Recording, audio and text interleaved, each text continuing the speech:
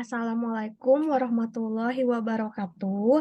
Perkenalkan, nama saya Elia Febriani dengan NPM 1006060319049. Di sini saya akan menjelaskan mengenai swamedikasi diare.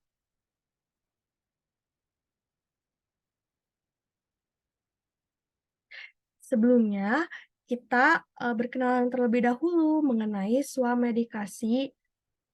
Swamedikasi itu merupakan suatu tindakan yang dilakukan untuk mengatasi masalah kesehatan dengan menggunakan obat-obatan yang dapat dikonsumsi tanpa pengawasan dari dokter. Dengan kata lain, kita melakukan pengobatan secara mandiri tanpa pengawasan dari dokter. Nah, obat-obatan apa saja yang untuk swamedikasi? Ada dua obat yang untuk swamedikasi, yaitu obat-obatan bebas, di mana obat-obatan bebas ini berlogo hijau, dan obat-obatan bebas ini terdapat di berbagai seluruh outlet seperti warung, puskesmas, apotek, dan lain-lain, dan juga obat-obatan bebas terbatas, eee, di mana obat-obatan bebas terbatas ini, terdapat di toko obat berizin, kemudian apotek, puskesmas, dan lain-lain. Nah, sebelum kita melakukan swamedikasi, terdapat hal-hal yang perlu diperhatikan, seperti kita harus mengenali kondisi tubuh kita, itu bagaimana. Selanjutnya kita, harus juga mengenali gejala penyakit yang kita rasakan, lalu kita harus mengetahui obat-obatan yang boleh digunakan, karena dalam swamedikasi hanya obat-obatan bebas dan obat-obatan, bebas terbatas yang boleh digunakan. Selanjutnya kita, membaca dengan baik informasi yang terdapat pada kemasan obat, terutama aturan pakai, kadaluarsa, dan perhatian dan peringatan.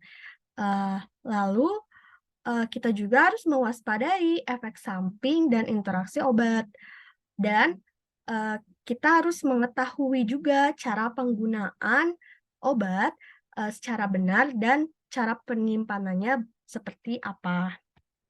Nah, diare itu merupakan mekanisme tubuh kita untuk mengeluarkan suatu, kotoran atau racun, di mana, seseorang dikatakan diare, apabila buang air besarnya, berbentuk cair, lebih dari 3 kali atau lebih dalam sehari.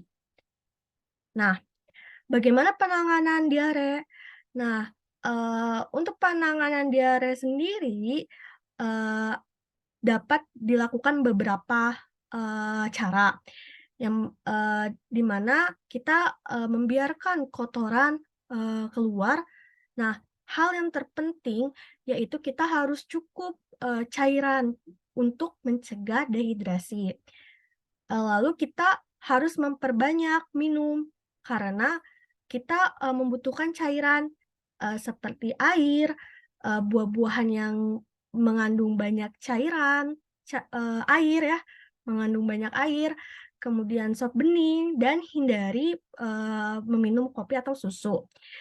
Lalu hindari makanan padat, atau makanlah makanan yang tidak berasa atau bertekstur, agak sedikit lembek ya, seperti bubur, roti, pisang selama 1 sampai 2 hari. Kemudian kita minum, cairan rehidrasi oral, contohnya itu seperti Oralit atau larutan gula garam. Selanjutnya, jika diperlukan, kita, meminum obat untuk mengurangi diare. Kita juga harus menjaga kebersihan makanan dan lingkungan. Nah, bila diare berlanjut, seperti terjadi dehidrasi, kotorannya berdarah, maka periksalah ke dokter. Nah, obat-obatan apa saja untuk menanggulangi diare, yaitu Oralit. Nah, Oralit ini digunakan untuk mengganti cairan tubuh dan diminum setiap sehabis buang air besar. Selanjutnya ada Norit, di mana Norit ini berfungsi untuk menyerap racun. Norit ini juga mengandung aktif karbon. Selanjutnya ada kombinasi kaolin pektin atau antalpulgit. Kedua obat ini untuk memadatkan feses dan tidak disarankan untuk anak di bawah usia 5 tahun.